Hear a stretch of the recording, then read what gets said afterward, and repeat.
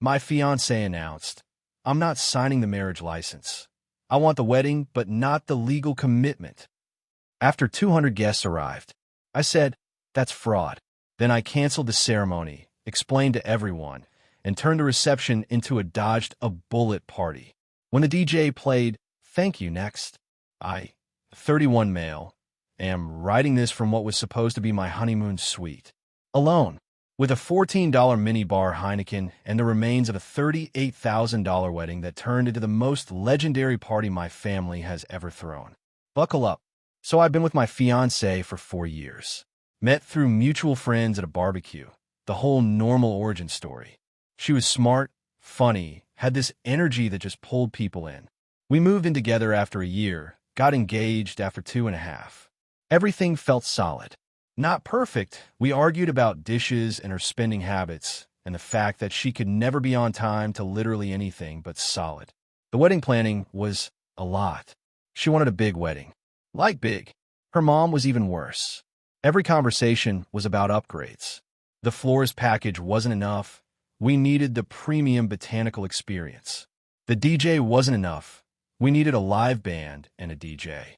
I was footing about 70% of this because her parents kept making promises about contributing and then getting vague when it came time to actually write checks. Her dad eventually threw in $5,000 and acted like he'd donated a kidney. I should have seen the red flags. About 3 months before the wedding, she started making weird comments.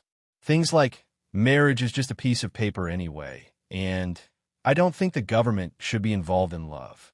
I thought she was just being philosophical, being a little quirky. You know how people get when they're stressed about wedding planning. 2 weeks before the wedding, she brought up a prenup. Not in the let's protect each other way. She wanted me to sign something her coworker's boyfriend apparently drafted, not a lawyer, a guy who sells insurance, that basically said if we divorced, she'd get the house. The house. The house I bought 2 years before I even met her. The house I put $60,000 down on. I laughed and said absolutely not, and she dropped it. Or I thought she did. The wedding day. Saturday. Gorgeous weather, which felt like the universe giving me a thumbs up. 200 guests. Venue looked incredible. To give her credit, the decorations were beautiful. My family flew in from 3 different states. My grandma, who's 84 and doesn't travel, made the trip. My best man had rearranged his entire work schedule. 45 minutes before the ceremony, I'm in the groom's suite with my guys, and the wedding coordinator knocks on the door, looking like she's about to deliver a terminal diagnosis. She says my fiancé needs to talk to me. Privately. I walk into the bridal suite. She's fully done up. Hair, makeup, the dress, everything. She looks stunning. And she hits me with this. "So, I've been thinking, and I don't want to sign the marriage license today. I want the wedding, the ceremony, the party, all of it. But I'm not comfortable with the legal part right now. We can do that later. Maybe in a few months." I just stood there. I think my brain actually blue screened for a second. "You want to have a fake wedding," I said. "It's not fake. It's a commitment ceremony. Lots of people do them. Lots of people plan them that way from the start. You're telling me this 45 minutes before 200 people expect to watch us get legally married." She started doing the thing she always does, talking fast, minimizing, making it sound like I was overreacting. "It's not a big deal. Nobody will even know. The officiant can just skip that part. We'll still say vows. We'll still have the reception. Nothing changes. Everything changes. You're asking me to stand in front of my grandmother, my parents, my friends, and lie to them. That's fraud." She got angry. "You're being dramatic. This is about US, not a piece of paper. Then why did you let me spend $38,000 on a wedding that isn't a wedding?" She didn't have a good answer for that. She started crying and said I was ruining the best day of her life. I said, "You ruined it 45 minutes ago." I walked out, went back to the groom's suite. My best man took one look at my face and said, "How bad?" I told him. He said 2 words, "Burn it down." So I did. I walked out to the ceremony area where 200 people were sitting in white chairs waiting for a wedding. I stepped up to the front, no music, no processional, just me and my tux. And I said, "Hey, everyone, thank you all so much for being here.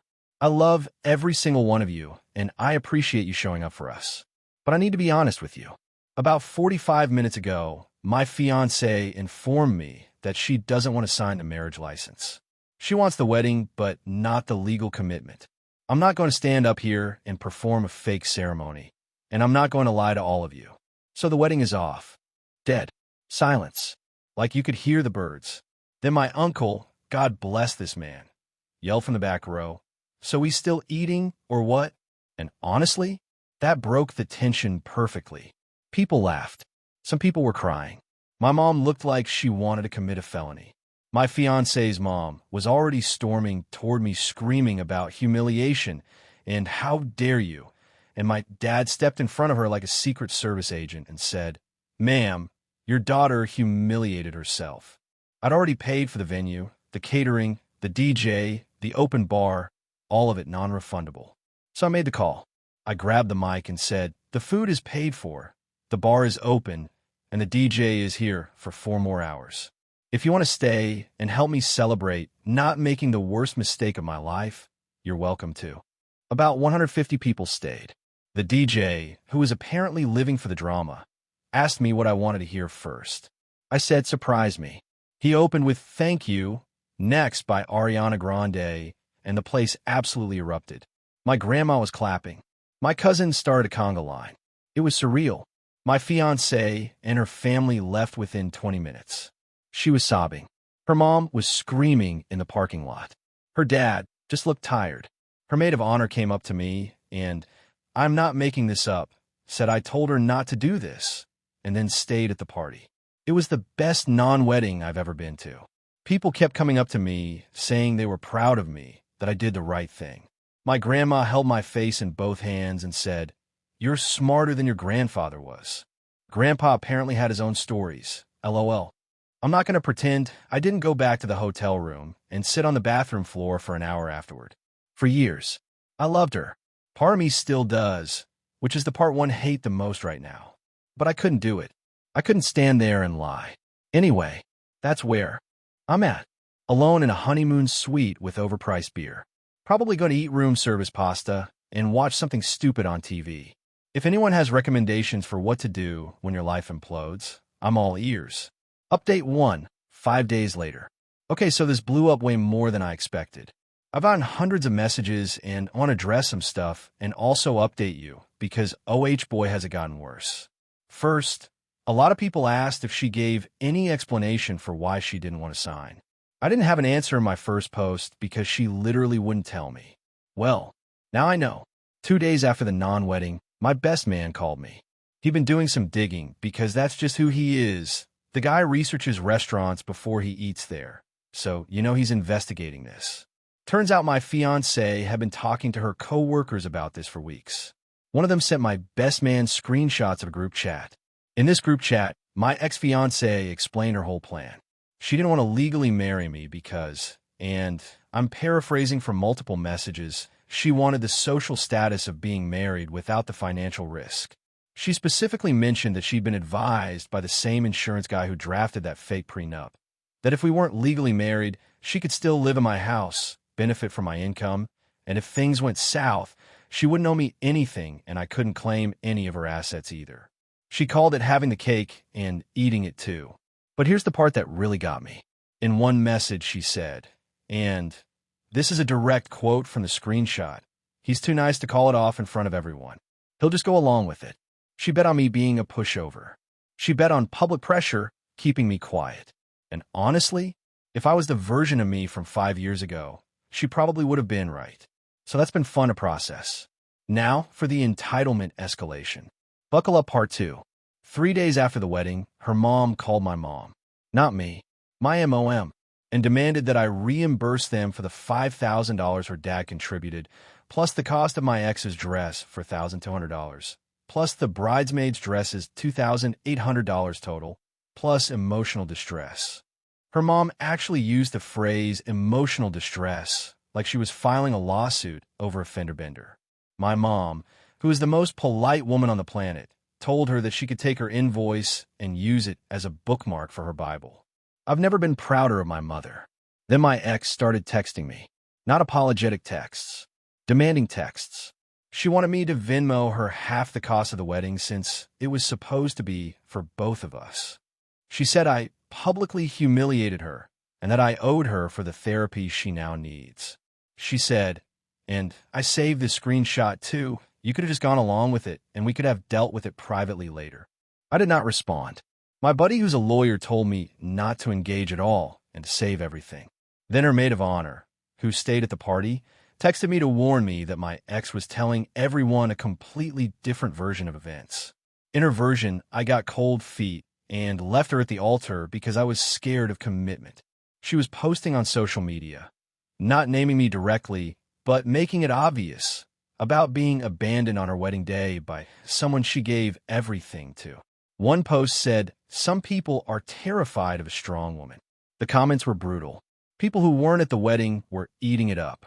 Her sorority sisters were writing paragraphs about toxic masculinity. One of her cousins called me a coward in a public comment. So her maid of honor, absolute legend, started quietly sending the screenshots from the group chat to people who were asking what happened. Not blasting it, just one-on-one conversations correcting the record. Within about 48 hours, the narrative completely flipped. People started deleting their comments. Two of her bridesmaids texted me apologies. One of them said, "I'm so sorry. She told us you agreed to the commitment ceremony idea months ago." She'd been lying to her own wedding party. They didn't know this was a last-minute ambush. She told them I was on board. That explains why none of them seemed concerned the morning of the wedding. They thought this was the plan. The financial stuff is where it gets really ugly. So I mentioned I'd been paying for 70% of the wedding. What I didn't mention is that she had access to my wedding planning spreadsheet, the one with all the vendor contacts and payment confirmations. She called 3 of the vendors pretending to be the bride handling logistics and tried to get refunds deposited to her bank account. The florist actually fell for it and processed an $1,800 refund to her before I found out. The caterer called me to verify, and that's how I discovered what she was doing. I called the florist, explained the situation, and they were horrified. They're working with their bank to reverse the transaction, but said it could take weeks. My lawyer friend said, "This is technically fraud, and I could press charges, but that it would probably cost me more in legal fees than the $1,800 is worth." He did send a formal cease and desist letter, though, which felt pretty good. My ex's response to the cease and desist? She had her dad call my lawyer friend and yell at him.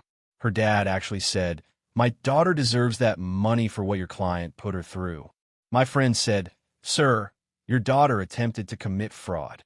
I'd advise her to return the money before this becomes a criminal matter." Her dad hung up. As for me, I'm doing okay. Not great, but okay. I went back to work on Monday and told my boss the basics. He was surprisingly cool about it and said I could still take the week off if I needed it. I said I'd rather work. Sitting alone in my house isn't great for the mental health right now. The house, right? So she still has stuff here. Clothes, books, her Keurig, about 30 throw pillows that I never agreed to. She wants to come get her things, but she also wants to talk. I told her through text that she can come get her stuff on Saturday between 10 and 2, that my best man will be present, and that there will be no talking. She called me cold and heartless. I didn't respond. I will say this, and I know some of you won't want to hear it. There are moments when I miss her. Not the version of her that ambushed me at the altar. The version from the first 2 years. The one who'd leave sticky notes on my dashboard before work. The one who cried at that documentary about elephants. I'm grieving someone who might not have ever actually existed, and that's the worst part. But I'd rather grieve a lie than live one. More updates to come because I have a feeling Saturday's stuff pickup is going to be a whole thing. Update 2, 9 days later, Saturday pickup plus aftermath. All right, Reddit, grab your popcorn because Saturday happened, and it was exactly the circus I predicted, followed by a twist I absolutely did not see coming. Saturday morning, my best man arrives at 9:30. We set up like it's a military operation. All her stuff is packed in boxes, labeled, and lined up in the garage. I even wrapped the fragile stuff in bubble wrap because despite everything, I'm not trying to be petty about her grandmother's picture frames. I just wanted this done clean and fast. She was supposed to arrive at 10. She showed up at 11:45. Some things never change. But she didn't come alone. She brought her mom and her sister and some guy I've never seen before who turned out to be the insurance guy. The one who drafted the fake prenup.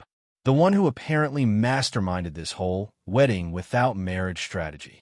He showed up to my house wearing a polo shirt tucked into khakis like he was here to give me a quote on homeowners insurance. My best man looked at me. I looked at him. He muttered, "You've got to be kidding me." I stepped into the garage and said, "Everything's in the boxes. Take what's yours and go." Her mom immediately started in. "You know, you really should be ashamed of yourself. She loved you, and you embarrassed her in front of everyone." I said, "Ma'am, with all due respect, your daughter tried to trick me into a fake wedding. The boxes are right there." Insurance guy stepped forward, and said, "Actually, I think you two should sit down and discuss the shared asset situation. There are things she's entitled to from the time living together." I said, "I'm sorry, who are you?" "I'm her advisor." "Are you a lawyer?" "I'm a financial consultant." "You sell insurance." My best man actually snorted. Insurance guy got red and started talking about common law marriage and equitable distribution, and a bunch of legal terms he clearly Googled the night before. I let him talk for about 30 seconds and then said, "My lawyer will be in touch. Take the boxes. Leave." My ex had been quiet through all of this, which was unusual.